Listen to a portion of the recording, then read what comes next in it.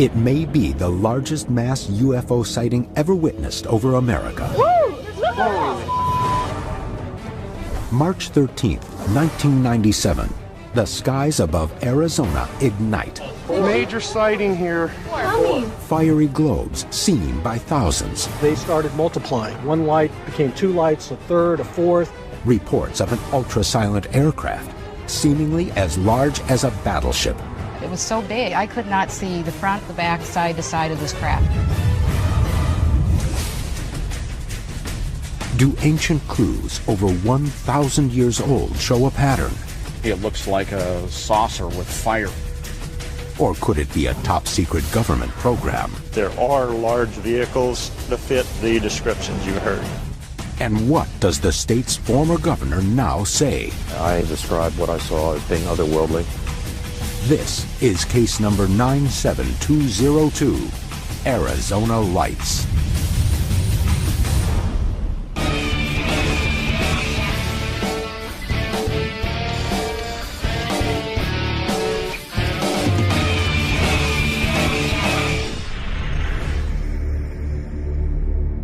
Something is in the sky and something is happening, and I'll go to my death knowing that what I saw was true. Thousands of people all over Arizona saw something that night. I believe the Phoenix Lights are real, and that's a fact. On the evening of March 13th, 1997, residents throughout Phoenix, Arizona are outside looking skyward. The large number of spectators are there to gaze at the Hale-Bopp comet, a comet last seen more than 2,000 years ago. But instead, something else appears in the darkness. Something quite unexpected. A mass sighting that came to be known as the Phoenix Lights. What people saw on March 13th, 1997 put Hale-Bopp to shame. The most famous aspect of the case is the videotape footage of anomalous lights that appeared over Phoenix around 10 p.m. According to eyewitnesses, the lights seen are red or orange in color and appear to blink on. They also very interestingly describe them as hovering or maintaining altitude. They don't seem to descend over time.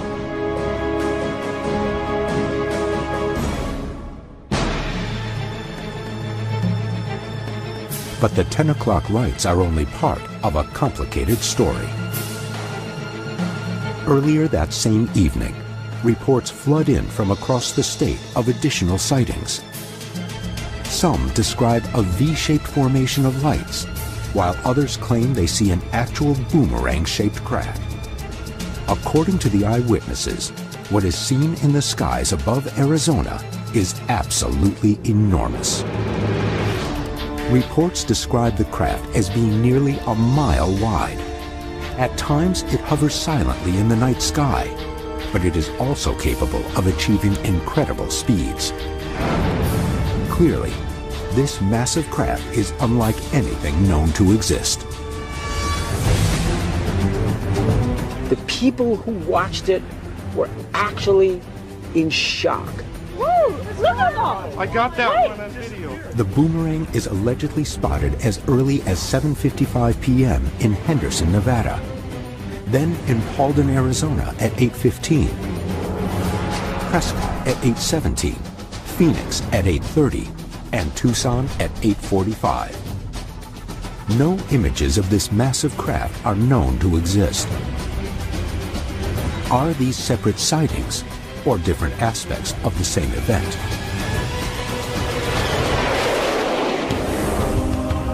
The investigation aims to find the answers to the numerous events in Arizona's crowded skies.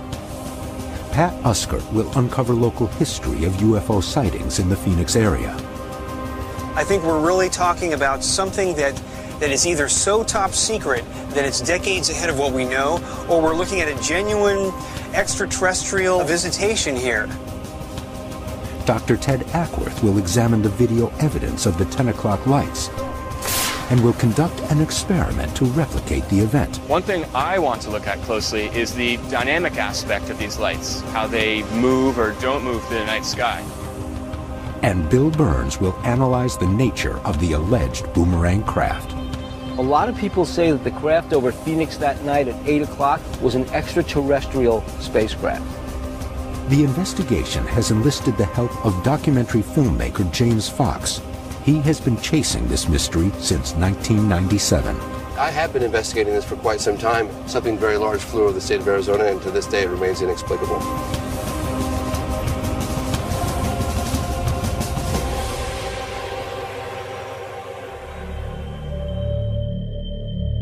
Lights in the sky over Phoenix are nothing new. Carved into these mountain rocks are ancient clues that the Hohokam Indians may have seen UFOs more than 1,000 years ago. The night skies over Phoenix seem to have a history of strange events that led to the 1997 mass sighting and through to the present day. I believe they were not of this world. And I thought, wow, I'm just seeing things that most people are never going to see in a lifetime. These events occurred over 11 years ago. Why are people still talking about them? The eyewitnesses aren't buying the explanation.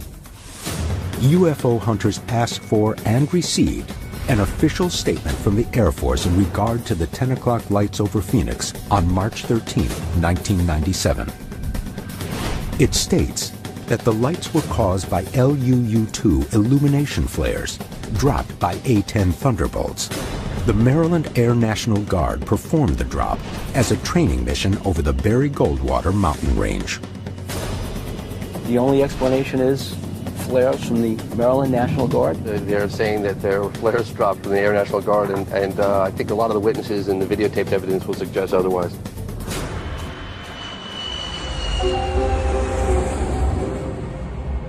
As the initial step in his investigation, Pat checks in with Richard Ruelas, a reporter for the Arizona Republic.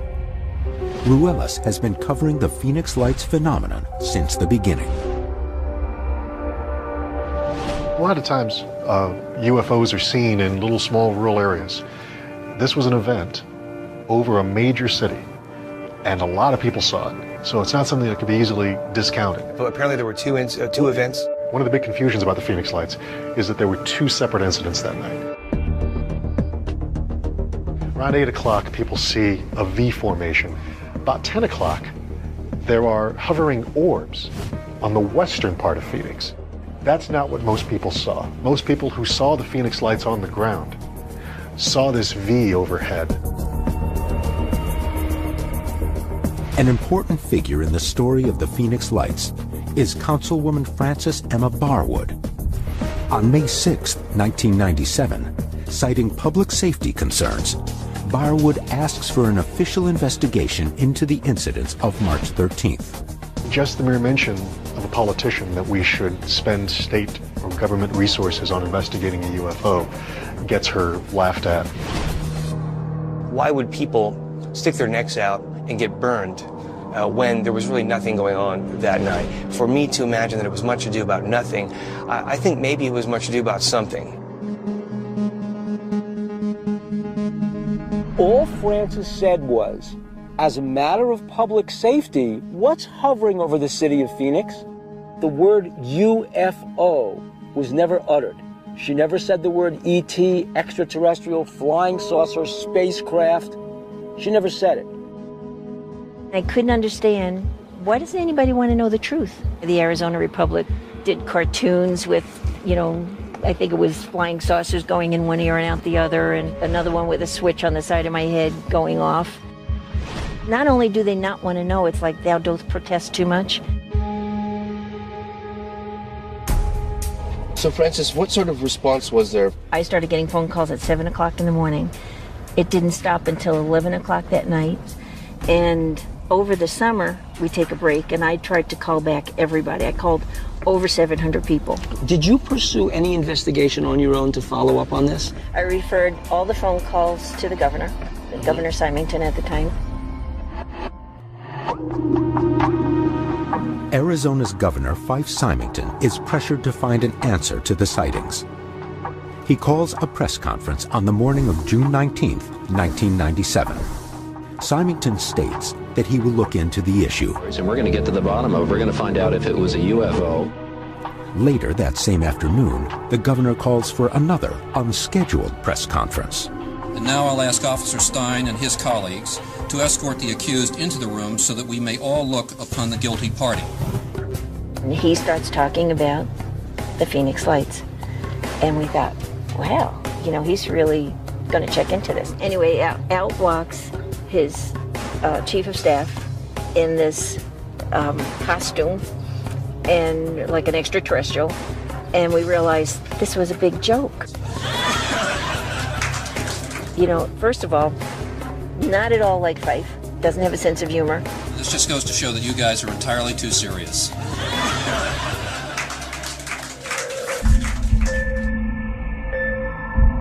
Was it your perception, or is it your perception to this day, that there was something organized against you because you dared to ask that question once at a city council meeting? It seems that way. So many people wanted to know the answers. And never did I have anybody negative from my constituents or anybody in the city or anybody in the state. The negativity came from government officials.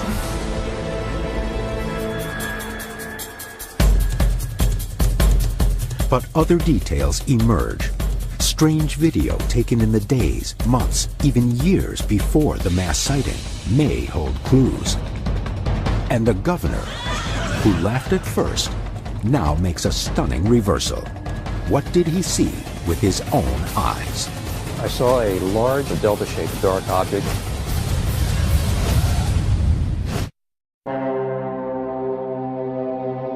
That night, we seen a bunch of lights appear, like over towards South Mountain area.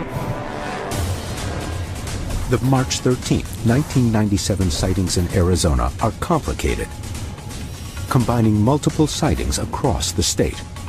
An immense boomerang-like aircraft, sometimes reported as 5 lights in a V-shaped formation, and perhaps most famously, a series of red-orange orbs above Phoenix.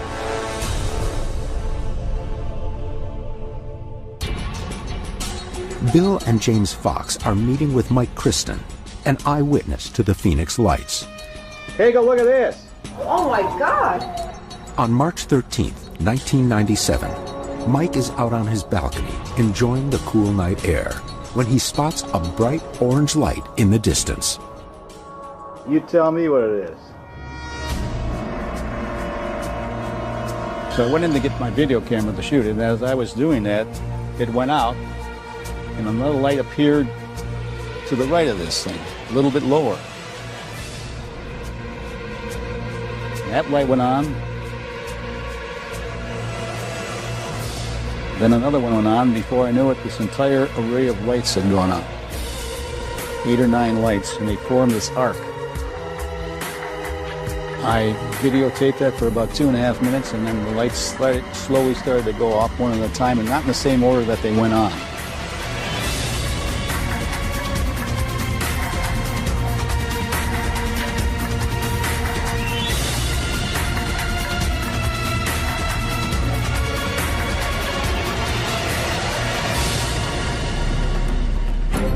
The Air Force's explanation for the lights is that they were caused by LUU-2 illumination flares. According to official documents, the flares were dropped from A-10 Thunderbolts as part of an annual training exercise called Operation Snowbird. The flares were ignited over the Barry Goldwater gunnery range, beyond the Estrella Mountains. Both are visible from Mike's house. Had you ever seen a light like that before in your life? I had not. I've always seen maybe 1 or 2 lights or so off in the distance. And this is the first time I've ever seen them this far to the east. They were extremely bright compared to any of the lights I have seen before. And I thought it was unusual the way they held their pattern. Is that what the flares usually do that you've seen in the past? No. Flares will drop in different rates. They will drift because of the wind, and they won't hold a pattern. Lights that Mike saw, one looked nothing like the flares he'd seen before. 2, they were preceded by an orange orb that Mike couldn't identify. Could they have been different types of flares? Those are the questions we have to answer. What do you think you captured on videotape that night? It could have been one of three things in my estimation. Number one, it could have been a hoax, which I don't think it could have been a hoax because it was pretty elaborate. It could have been an alien spacecraft, but I have no proof of that. And the only other thing that I can figure out it could be is some kind of a military experiment.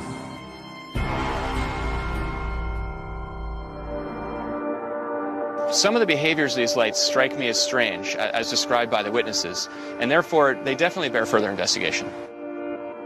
Ted sets his sights on a flare experiment he plans to conduct in California's Long Beach Harbor.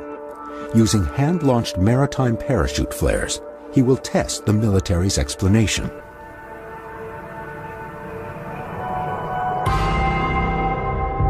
Another witness to the 10 o'clock lights over Phoenix is Dr. Lynn Ketai.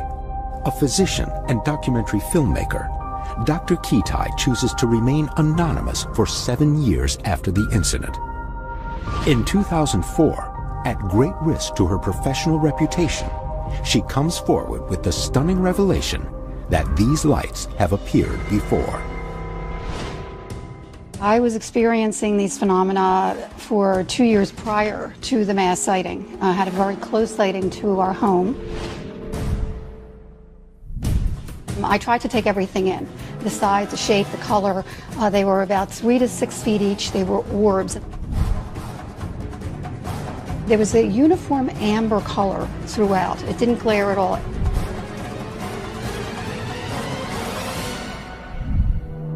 According to Dr. Ketai, another set of lights appeared in January 1997, 2 months before the mass sightings over Phoenix. She sees what she believes to be a massive triangular formation, and she manages to capture the triangle shape on film. There were 6 points of light that seemed to be attached to something, moving slowly in tandem behind South Mountain. After seeing strange lights in both February 1995 and January 1997, Dr. Ketai is not surprised when she sees some familiar lights 2 months later on March 13th. I saw the 6 lights pop on, and I fumbled with my camera to get out there really quick, and by the time I got it focused, that's what I saw.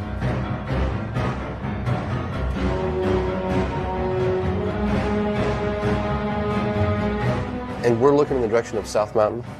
Yes, to the airport.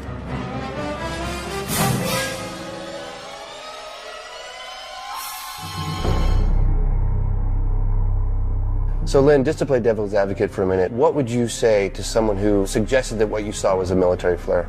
There's no way that it could have been military. Military flares flicker and they can't keep a formation, they drift with the wind. These were orbs.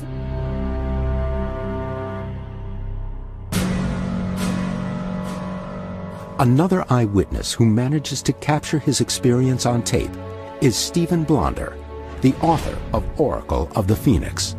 And like Dr. Ketai, March 13th was not the first time that Steve and his neighbor, Jaylene Brugman, claimed to have seen something inexplicable in the Phoenix sky.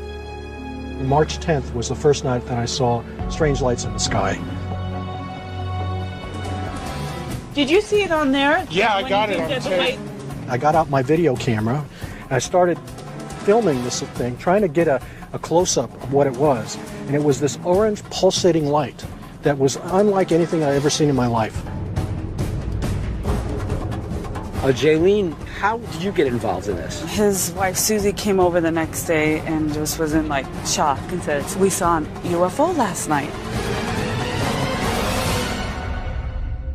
For the next 3 nights, Steve's balcony becomes the scene of nightly viewing parties. Susie, they're back. And each night, they are not disappointed. But it's the sighting on the 13th that captivates Steve and Jaylene as well as the rest of Phoenix. Major sighting here. No, there's 5. Oh! Another one just showed up. Like the other eyewitnesses to the lights, neither Steve nor Jaylene accept the official explanation for what they saw that night. I was very upset when I saw the flare story come out because I knew it wasn't flares.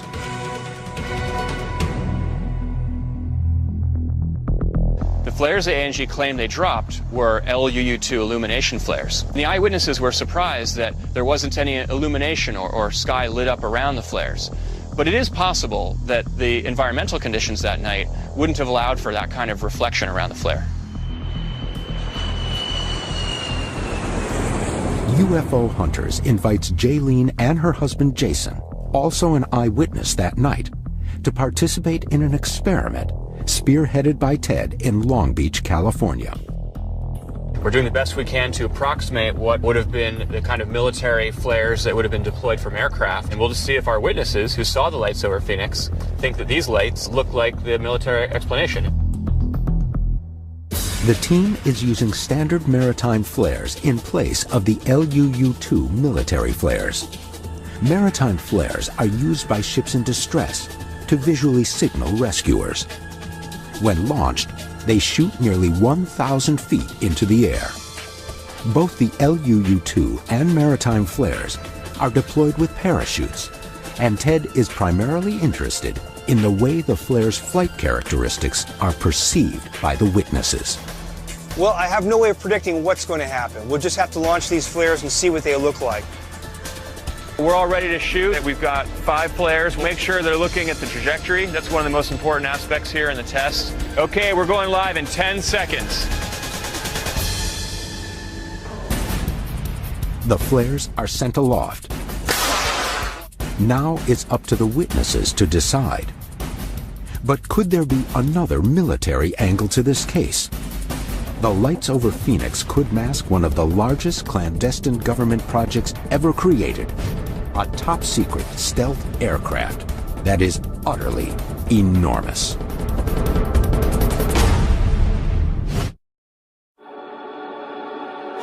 The UFO Hunters are in Long Beach, California, conducting a flare experiment with Jaylene and Jason Brugman, eyewitnesses to the so-called Phoenix Lights event of March 13, 1997. The official explanation put forward by the Air National Guard is that the lights over Phoenix were flares, LUU-2 flares dropped from A-10 Warthogs. Because Ted is primarily concerned with the flight characteristics, he'll substitute one parachute flare for another, using maritime flares instead of the LUU-2s. They are easier to control, and the eyewitnesses can be closer to the source of light. Do you have any special instructions for the witnesses? I want to make sure the witnesses are looking at a few different things, primarily the trajectories of the flares. As they float down, they follow a similar trajectory to what they had seen in Phoenix. Okay, guys, we are locked and loaded. Eyes in the sky in 10 seconds. I'll take one. Okay, you ready? One. There it is. That's the first one.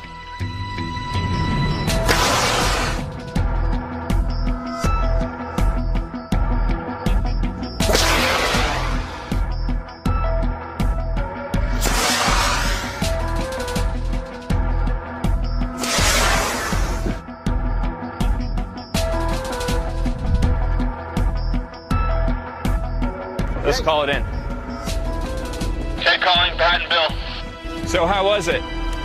What I noticed is even though the other ones came on at different times, but they all were staying in a line.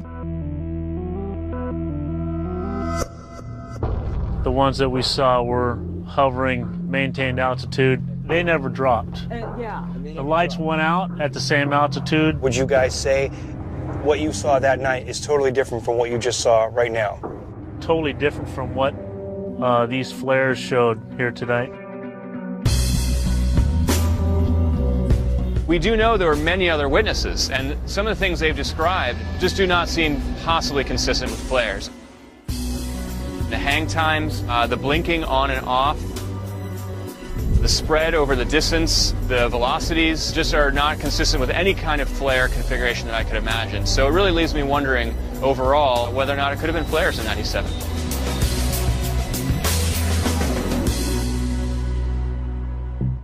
With eyewitnesses discounting flares in the field test, Ted turns to the video from that night to see if any other characteristics of the lights could be distinguished. Ted and image analyst Terrence Masson study the 10 o'clock footage from both Mike Christen and Steve Blonder. We have a source from Mike in the northern part of Phoenix and Steve, who's in the sort of the southern side. They're about 15 miles apart, roughly, across the basin. It seems that they've both taken footage of what appears on initial analysis to be the same thing. To the naked eye, the lights in the footage seem to be over the city. After several minutes, the lights appear to blink out. There are theories that they're flares that are flaming out. Now, the curious thing is that when they go off, they don't go off in order. If they were flares getting dropped out of an aircraft successively, and their burn times are approximately equal, they'd probably flare out in order as well. Though the behavior of the lights seems to contradict the flare explanation, their physical appearance may back up the Air Force's claims. So regarding the LUU-2 flare theory from the military, we know chromatically they're pretty white. What do you think from the footage here? Is that consistent with the military's explanation? It seems to be, but as we've seen many times, the video quality, most of these lights, if they do have any color in them that you see with the naked eye, they're still going to show up on video as white. It's basically overexposed points right, against even black. if there's color. Right. It's not proof that they're flares, but it's definitely a possibility, right. I'm on the fence, I guess I'd have to say. It seems pretty unlikely to me that these were a string of flares floating down on parachutes. But then again, we're dealing with appearances. We don't have a lot of quantitative data on this, and I don't really feel that they were flares. And I can't quantitatively prove it one way or another. Pat and Bill return to Arizona in order to track down witnesses to the other multiple sightings on the night of March 13th, 1997. They are on the trail of an alleged second object seen on the same night. Witnesses report a boomerang-shaped craft flying over the state of Arizona between 8 and 10 p.m. Because there are no known photographs or video of this alleged massive craft, UFO Hunters has enlisted the help of John Bavaresco, a sketch artist and computer graphic expert. Based on multiple eyewitness testimonies, John will create a composite image of what was in the skies over Arizona that night. 8:13 p.m., March 13th, 1997. Dana Valentine is sitting on the back porch of his father's house when he sees 5 lights in a V formation approach. I watched a little longer and came by about 10 minutes, and I figured they should have been on top of me by now. Intrigued, Dana brings his father outside to watch the lights with him. We couldn't tell if it was 5 units or one huge one, but as it got closer, we believed that it was starting to be one big one because it was just huge. So it didn't look like it did have a body shape to it? Well, it definitely was one big object to me. How big would you say that it was? If I had to go from the left light to the right light, I'd have to say probably close to a mile. John takes the visual details and puts the information into the CGI program. He shows the image to Dana. Okay, what I've done here is an animation of a direct overhead shot, basically on how you witnessed it as it passed over. The lights look good, the size is right, that's definitely what I saw. Dana's description of the V formation is consistent with other witness testimony. A mile from tip to tip, 5 large lights, and completely noiseless in flight. Bill, James, and John meet with another witness, Terry Mansfield, who claims to have observed a boomerang-shaped craft. All of a sudden, one of my volunteers pointed straight up and said, "Oh my gosh, what's that?" And we all looked straight up. First thing I noticed was there were no more stars. I couldn't see the stars anymore in the sky. And it appeared as if there were a black, shimmery, satiny piece of material right over my head. Terry seems to see details that few others report. The craft seems to shimmer in the night sky. It was so big, I could not see the front, the back, side to side of this craft. Was it so large that it spanned from horizon to horizon then? Where I was standing, I could not see the edges of this, whatever it was that was flying overhead. You said you saw a surface on the bottom of this craft, and it was kind of shimmering. Really, it was as if there was a soft ripple of an undulation. It was very fluid. I felt like I could reach up and touch it. Terry's past experience makes her a knowledgeable witness when it comes to aircraft. Having been in the Air Force with my husband for 22 years, and my father-in-law is an Air Force pilot for 26 years, we've seen jets, we've seen planes, we've seen helicopters, we've seen all kinds of military aircraft. Well, I think I've got something here that could represent what Terry saw. See if this works out. You've got the undulation just right. Yeah. You've got the, we've got blacks, silvers, a little bit of grays. It looks very fluid. Very, very similar to what I saw. Is, you know, right. It's just because the whole screen is covered with what I saw that night, which is, that's exactly. That thing's just enormous.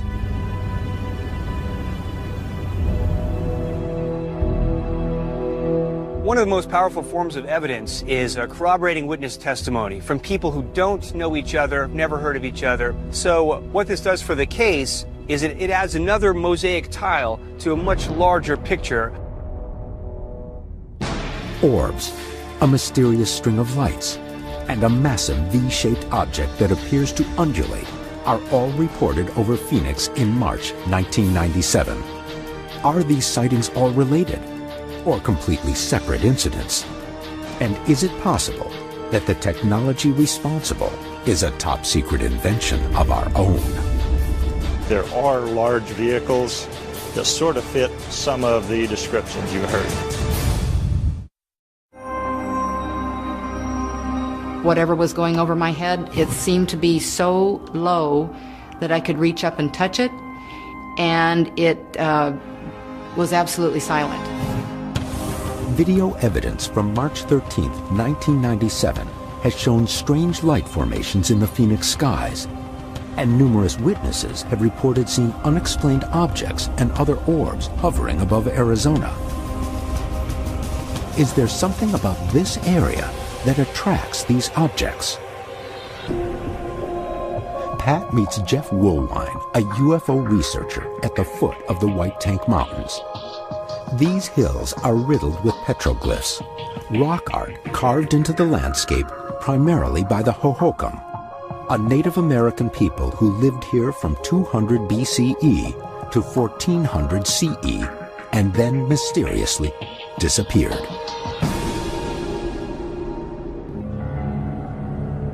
Clearly, the Hohokam were seeing things in the sky as we're seeing now, strange objects, strange lights, if you will. They didn't have video cameras back then. They had stone boulders to record something significant, something to remember.